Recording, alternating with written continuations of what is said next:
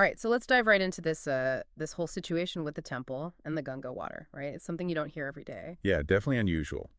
Anytime you bring in those kinds of elements, it's bound to raise some eyebrows. It's like what happened in Rajasthan, Alwar, Rajasthan during a Ram Navami celebration. Oh, right. Yeah. Like someone actually went and like purified the temple with Ganga water after a Dalit leader had been there. Really?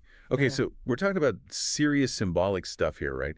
Ganga water in a Hindu temple, it's not just some random cleaning agent. Exactly. And it just makes you wonder, like, what was the real intention behind that whole act? And the timing, too, right? Yeah. Like right after this Dalit leader visits, then suddenly we need a purification ritual with Ganga water. Yeah, so let's back up a little bit and, give everyone the full picture. Sure. This all started on April 6th, 2025, with Tikaram Jalai attending this Ram Navami event. Okay, and for our listeners who might not know, Tikram Jalai is a pretty significant figure in Rajasthan politics. He's the leader of the opposition, a big player from the Congress Party. Right, and also important note, he's a Dalit leader. Yeah, a three-time MLA and the first Dalit to hold that position. So a lot of weight behind his name.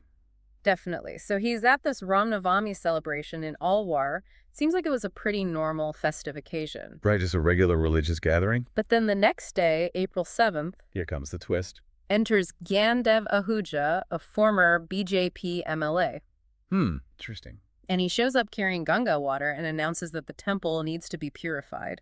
Okay, now that's a statement right there. He even said something about impure people having been there, but he didn't say who he was talking about. Oh, so leaving it open to interpretation. Yeah, exactly, which almost makes it feel more pointed, Like a deliberate ambiguity almost. Yeah, and the reactions were pretty immediate and pretty strong. I bet. Jolly himself came out and condemned it, saying it reflected an anti-Dalit mentality. Understandably so. I mean, that's a pretty direct implication. He even asked, like, I went to worship and they're washing the temple because I'm a Dalit. Is this their idea of faith? That's a powerful question. Really cuts to the heart of the matter. Ashok Gehlot, the former chief minister, he chimed into, calling it narrow-mindedness unfit for the 21st century. So pretty clear condemnation from that side. And then Rahul Gandhi, he didn't hold back at all. I heard He directly connected it to what he called the BJP's anti-Dalit Manuvadi thinking. And for our listeners, the term Manuvadi is important here. Definitely. It refers to the ideology based on the Manusmriti, which is this ancient Hindu legal text. Right. And it's often associated with this really rigid caste system, a system of inequality. So by using that term, Gandhi is essentially accusing the BJP of supporting that kind of thinking. Exactly, saying that they're stuck in this old way of seeing things, a way that discriminates against certain groups. Yeah, Ahuja himself, he claimed that his actions weren't about caste at all. Oh, really? So what was his explanation? He said it was about Congress leaders disrespecting Lord Ram. Interesting. So shifting the focus to religious matters. Yeah, he brought up things like them calling Lord Ram a myth and boycotting the Ayodhya event. Right, trying to frame it as a matter of faith and disrespect towards Hinduism. He even questioned whether they had the right to enter a Ram temple in the first place. So a pretty strong counter-argument, Yeah. Trying to justify his actions based on religious grounds. And that's exactly what we want to dig into in this deep dive. What are the different layers at play here? Absolutely, because on the surface, it seems like this clash over religion, but there's clearly a lot more going on. Exactly. So we're looking at the immediate fallout, obviously, who said what, who did what. Right, the immediate reactions. But we also want to understand those deeper currents, the political maneuvering, the societal issues that this all brings up. Especially when it comes to caste, because you can't ignore that element here. Definitely not. Right. So to get to the bottom of this, we're primarily relying on news reports and political statements. Okay, so piecing together the story from what's been publicly said and reported. Right. And we want to be clear, we're not trying to take sides here or promote any particular agenda. Of course, our goal is to present the information as objectively as possible and let our listeners form their own opinions. Exactly. So let's go back to the beginning. Okay, back to that Ram Navami celebration. Jolly attends this event on April 6th at this temple in Alwar.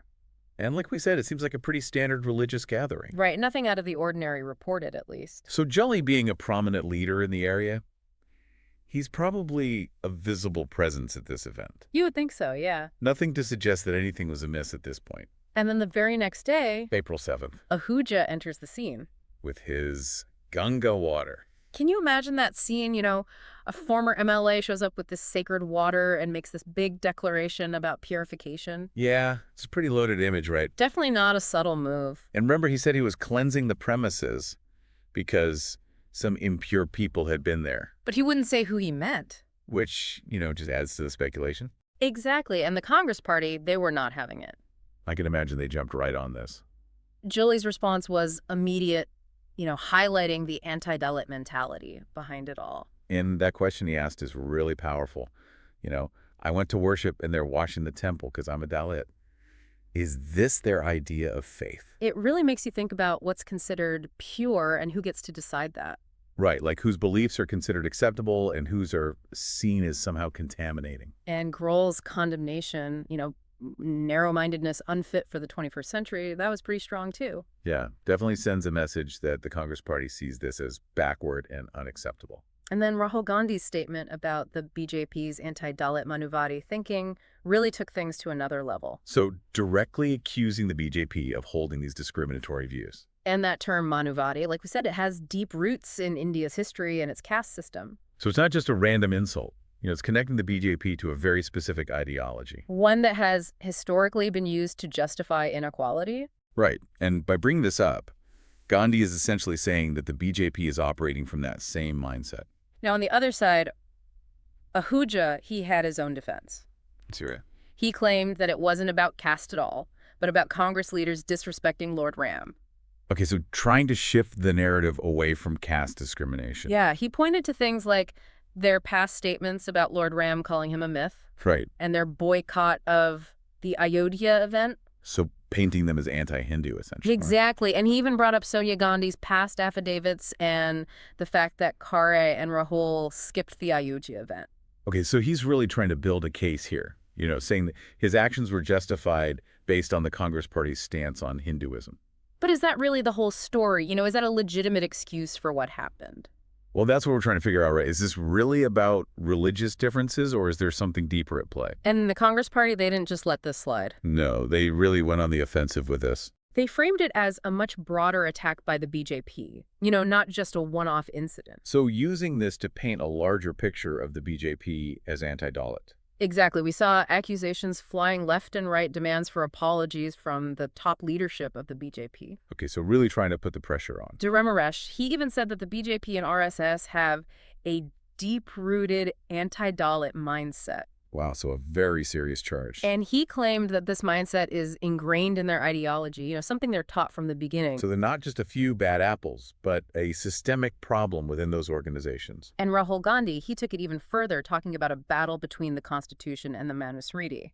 Okay, so invoking some very powerful symbols here. He said the BJP is on the side of the Manusmriti, which, as we discussed, represents that old caste system. Right, and the Constitution, of course, stands for equality for all citizens regardless of caste. So he's essentially saying that the BJP is against the very principles of equality enshrined in the Constitution. And he brought this up at the AICC session, so clearly they're making this a major talking point. Now, the BJP, they were pretty quick to try and control the damage. Yeah, in these kinds of situations, a swift response is crucial. They suspended Gyandev Ahuja pretty rapidly. Trying to distance himself from his actions. And they issued him a show cause notice, reminding him of the party oath against caste discrimination. So officially condemning what he did and saying it goes against their values. But Ahuja himself, he didn't back down. Oh, really? He continued to defend his actions, saying it was about the Congress's stance on Lord Ram. So sticking to his original explanation. He brought up Sonia Gandhi's affidavits again, and the fact that Kargin and Rahul weren't at the Ayodhya event. So even after being suspended, he's still making his case. Yeah, it's like he truly believes he was justified in what he did. So we're left with this big question then, right? Was this really about caste?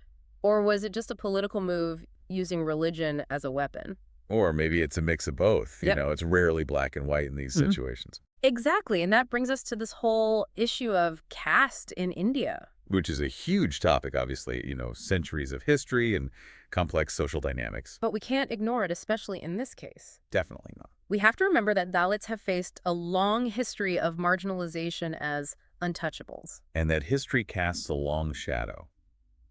It's not something you can just erase overnight. And Tikaram Jali's own journey as a Dalit leader makes this incident even more significant. Yeah, he's achieved a prominent position in politics, but this shows that prejudices still exist. And that they can manifest in these very public ways. He even said that this incident was a push to keep untouchability alive. Like they're trying to bring back those old ways of thinking. He made it clear that this wasn't just about religion for him. It was a direct attack on his identity. And that's where it becomes really personal, you know? Absolutely. This goes beyond politics for him. It's about his fundamental right to exist and participate in society without facing this kind of discrimination.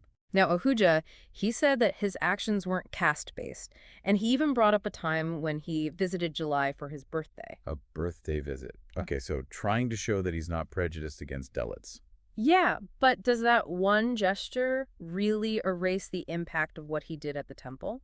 It's a complicated question. Can you separate personal relationships from these larger issues of social discrimination? And as one report put it, this whole interplay of caste and politics is like chai and sugar.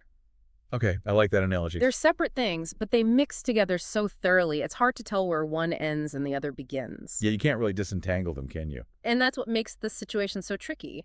It's not just about religion or politics. It's about these deep-rooted social structures that are still present in India. Exactly. And that's why the BJP might be concerned about the optics of this. Especially with Dalit voters in eastern Rajasthan being an important demographic. For sure, alienating those voters could have serious consequences for them politically. And you can see why the Congress is trying to capitalize on this. Trying to portray the BJP as anti-Dalit. It's a political strategy, but it also highlights a very real issue. It shows that caste is still a potent force in Indian politics. Okay, but can we just take a step back for a second and appreciate the absurdity of this whole situation? I think we need that sometimes. You've got Ahuja like Captain Gangajal swooping in with his holy water. Right, on a purification mission. And Jali's probably just thinking, what is going on here? And poor Lord Ram, stuck in the middle of this political drama. And the way the BJP distanced themselves from Ahuja so quickly. Damage control in action. It's like, Ahuja who? We don't know him. Yeah, that was pretty telling, wasn't it? And Rahul Gandhi using the Constitution as his weapon. A symbolic weapon, but a powerful one. He's saying that the BJP is going against the very foundation of India's democracy. And we also can't forget about Ahuja's history. He's known for making some pretty outrageous statements. He's no stranger to controversy. Remember that whole thing about JNU and condoms and liquor bottles? Yeah, and his defense of cow vigilantes. So this isn't exactly out of character for him. But let's get back to the serious stuff, because Rahul Gandhi, framing this as a battle between the Constitution and the Manusmriti, that's huge. It's a powerful way to frame the debate. And remember, the Constitution, which guarantees equality for all Indians, was written by Dr. Ambedkar, who was a Dalit icon. So Gandhi is basically saying that the BJP is going against the legacy of Dr. Ambedkar. And against the very principles that India was founded on. And while the Congress is pushing this narrative, we have to acknowledge that no political party in India has a perfect record on caste. Yeah, it's a complex issue, and there's probably some hypocrisy on all sides. But this incident really raises the question of whether India has truly moved past caste-based discrimination. Ahuja's actions, regardless of his intentions, they show that these old prejudices might still be lurking beneath the surface. So what happened next? Well, by Tuesday, April 8th, the story had really blown up. It was everywhere. You had Congress workers protesting all over Rajasthan. And social media was buzzing. With those dueling hashtags you mentioned, BJP hates Dalits versus Congress hates Ram. Everyone was picking a side. And this little temple in Alwar suddenly became the center of a national controversy. It shows how these local incidents can tap into these much deeper societal tensions. And how quickly those tensions can escalate in the age of social media. So the BJP, they obviously wanted to contain the damage. Especially with those Dalit voters in mind. So they suspended, Ahuja issued the show cause notice, really tried to distance themselves from the whole thing. But the question is, will it be enough to convince people that they're not anti-Dalit? In July, he vowed to lead a campaign against untouchability. So using this incident as a rallying cry. And Rahul Gandhi took it to the AICC session, calling on everyone to protect the Constitution. So framing this as a much larger battle for equality and justice. And it really makes you wonder, is India truly a nation of equals? Or are we still struggling with these deep-rooted discriminatory practices from the past? It's a question that every Indian citizen needs to ask themselves. And it makes you hope that our leaders would focus on the issues that really matter to people's lives. instead of getting caught up in these divisive political games. So to sum it all up for you, we've looked at this temple incident, the reactions, the political maneuvering, the underlying issue of caste in India. It's a complex story with a lot of layers. But it's a story that needs to be told because it reflects the challenges that India is still facing. It shows that the fight for equality is far from over. And it makes you think about the different perspectives and motivations of everyone involved. No easy answers here, just a lot of food for thought. And that brings us to our final question for you to consider. Hit us with it. What do you think is the biggest obstacle to achieving true social equality in India? And what role does politics play in either helping or hindering that goal? It's a question worth pondering because the answers will shape the future of this country. So we'll leave you with that thought, and hopefully you'll continue to engage with these important issues long after this deep dive is over. It's an ongoing conversation and one that we all need to be a part of. Absolutely. Thanks for joining us. It was a pleasure. And we'll see you next time for another deep dive. Until then, take care. Bye.